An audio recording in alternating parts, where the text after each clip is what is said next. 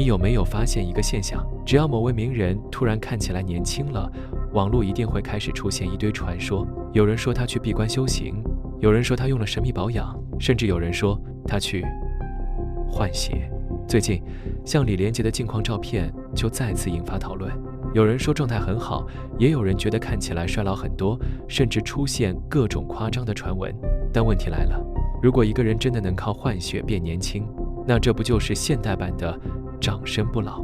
今天我们不讲都市传说，我们只问一个问题：换血到底是科学，还是富人的幻想？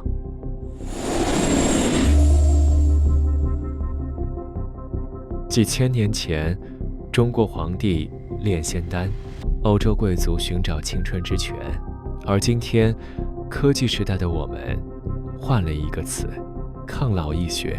但你仔细想一想，为什么血液会成为关键？因为血液在我们的直觉里代表生命。你换掉老的血，是不是就能换掉老化？这个想法听起来很合理，也很危险。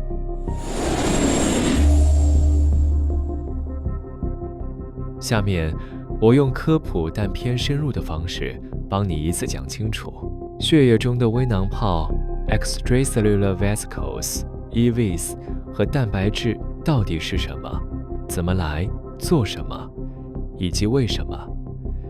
近年它们变成抗老化、疾病检测甚至换血议题的核心。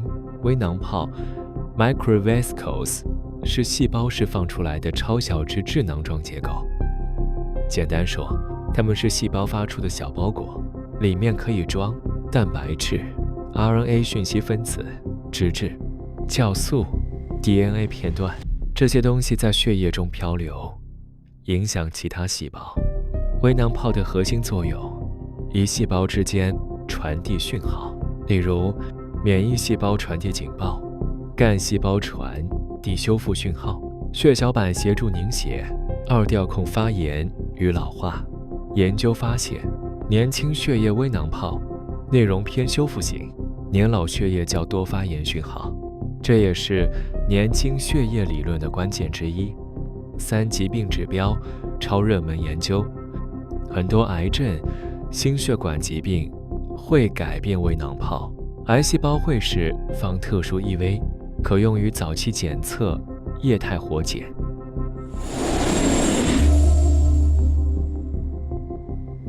血液中的蛋白质主要存在于血浆 plasma， 它们不是单一东西，而是一整个超大型系统。3大主要蛋白：一、白蛋白 albumin， 数量最多，约60%，功能维持血液渗透压，搬运脂肪酸、荷尔蒙、抗氧化。一句话，它是血液里的货运卡车。汤。2、球蛋白 globulin， 包含抗体、免疫系统、运输蛋白、发炎因子，作用防御病毒、免疫调节。纤维蛋白原 fibrinogen， 作用凝血、伤口修复，没有它，流血停不住。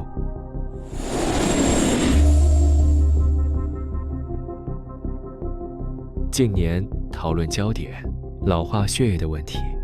研究发现，老年微囊泡含更多发炎讯号，某些蛋白质促进老化，例如发炎因子，年轻血液的关键假说。有些动物研究显示，年轻血液中的微囊泡羽蛋白质可能促进肌肉修复、脑部可塑性、组织再生。但要注意，目前没有证据证明人类换血可返老还童。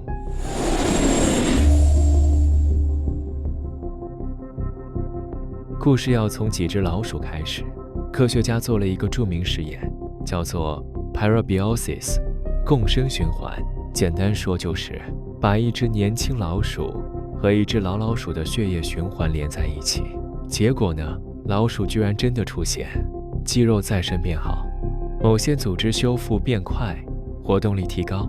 瞬间，全世界震惊，媒体直接下标题：年轻血液可能逆转老化。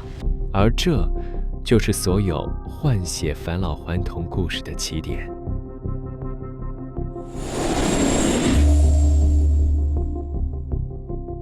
当科技圈看到这项研究后，事情开始失控。美国一度出现公司，主打年轻人的血浆注射，价格几千甚至上万美元一次，宣称效果抗老、提升记忆、改善精神。结果 FDA 美国食药署直接跳出来警告，没有足够证据，别把它当青春拳。注意一句非常关键的话，年轻血浆酶有被批准用来抗老，意思是这不是医疗共识。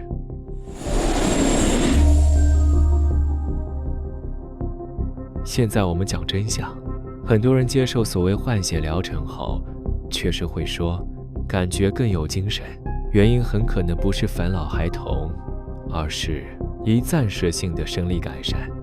输液本来就可能让人短期舒服。二，心理效应，当你花了大钱，你更容易感觉有效。三，选择性案例，真正没效果的人不会上新闻。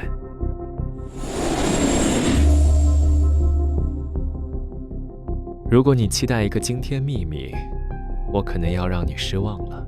目前科学界对延缓老化的共识反而是规律运动、睡眠、饮食控制、控制慢性发炎，甚至某些研究想测试药物，例如 metformin， 但仍然在临床研究讨论中。没有魔法，没有捷径，真正有效的方法往往是最无聊的。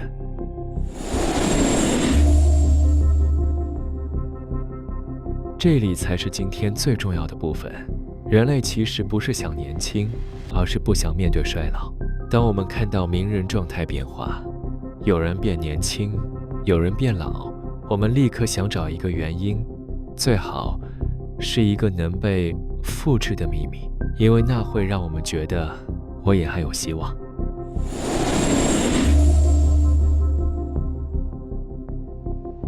关于李连杰的状态，外界一直有各种猜测，有时说暴瘦，有时又说精神很好。但其实人会变老，本来就是自然的。真正厉害的，也许不是看起来不老，而是接受自己正在变化。所以问题回来，换血能不能返老还童？现在的答案是没有证据证明，但这个故事永远不会停止，因为只要人类害怕时间，青春就永远是最昂贵的生意。好了，今天的节目就聊到这里。喜欢我们的影片，请帮我们订阅、按赞、分享，并开启小铃铛。我们下期节目再见，拜拜。